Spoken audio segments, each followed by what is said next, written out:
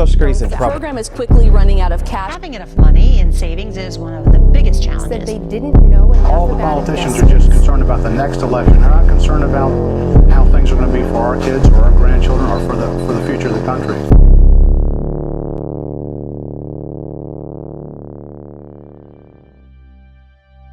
When it comes to building wealth, tracking the right numbers is crucial. These numbers reveal where you stand financially and what steps you need to take to reach your goals. Let's begin with the basics. Your assets, the things you own that hold real value and can contribute to your future financial well-being. This could be your home, your savings, or your investments. These are the building blocks of your financial foundation, solid and reliable. Now, contrast that with your liabilities, the obligations and debts that weigh you down. These might be student loans, credit card balances, or medical bills. They aren't just numbers, they're financial responsibilities that take money out of your pocket. So how do you figure out your net worth? It's straightforward. You add up all your assets and subtract your liabilities. The result is like your financial report card, a snapshot of how well you're managing what you have. In 2021, two major factors dominated wealth in America: home equity and retirement accounts. Together, they made up over 60% of household wealth. Specifically, 34% was held in retirement accounts like 401ks and IRAs, while nearly 29% was in home equity. Surprisingly, despite their popularity, stocks made up only about 12% of most people's net worth. Once you've added up your assets and subtracted your liabilities, you'll have your net worth. But the question remains, how does your net worth stack up against where it should be?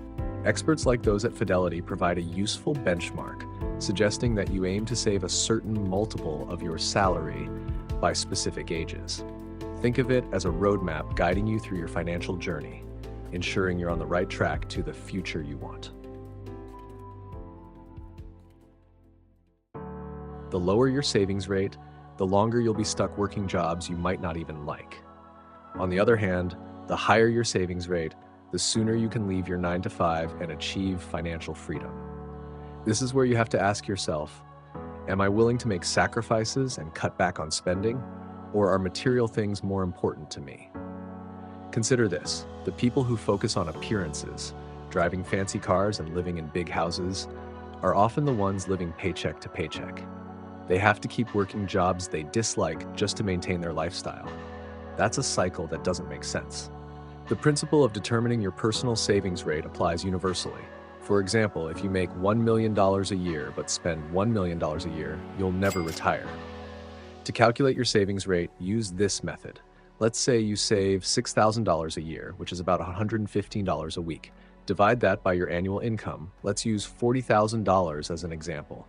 You get 0.15 or 15%. Based on this savings rate, it would take this individual 43 years to retire. All you really need to do is be better than average, which isn't as hard as it sounds, considering the average American today has a savings rate of just 3.5%.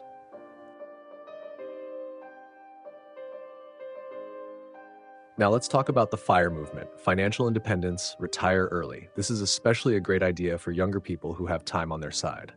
The idea is simple. Instead of spending all your money now, you save a significant portion and invest it in assets like stocks. Over time, the money you save and invest grows, eventually reaching a point where you can live off your investments without needing to work. So, how do you know when you can retire? That's where the 4% rule comes in. The 4% rule is a quick way to estimate how much you need to have invested in the stock market. Start by figuring out how much you'll need to live on each year. For example, if you need $40,000 annually, you'd multiply that by 25, giving you a goal of $1 million. Once your investments reach that $1 million, you can start withdrawing 4% each year, $40,000 in this case. The idea is that by only taking out 4% a year, your money will last the rest of your life, thanks to the growth from interest. To make this work, start small. Save part of any money you receive, whether it's from birthdays, part-time jobs, or allowances, and begin learning about investing. It might feel slow at first, but over time, those savings really add up. So, if you're smart with your money now, you could be living your dream life long before most people even start thinking about retirement.